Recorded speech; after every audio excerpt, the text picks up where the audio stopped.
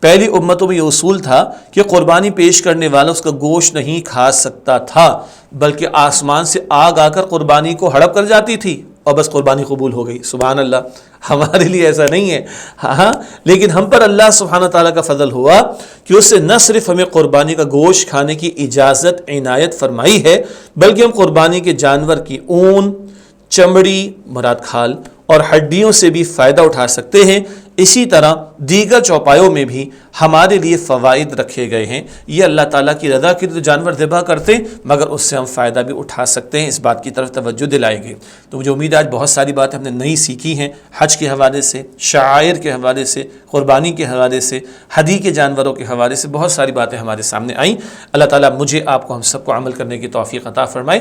اسی کے ساتھ آج کی کلاس ہماری مکمل ہوتی ہے، انشاءاللہ اگلی کلاس کے ساتھ پھر حاضر ہوں گے اور آپ سے ملاقات رہے گی۔ وآخر دعوانا ان الحمد للہ رب العالمین، والسلام علیکم ورحمۃ اللہ وبرکاتہ۔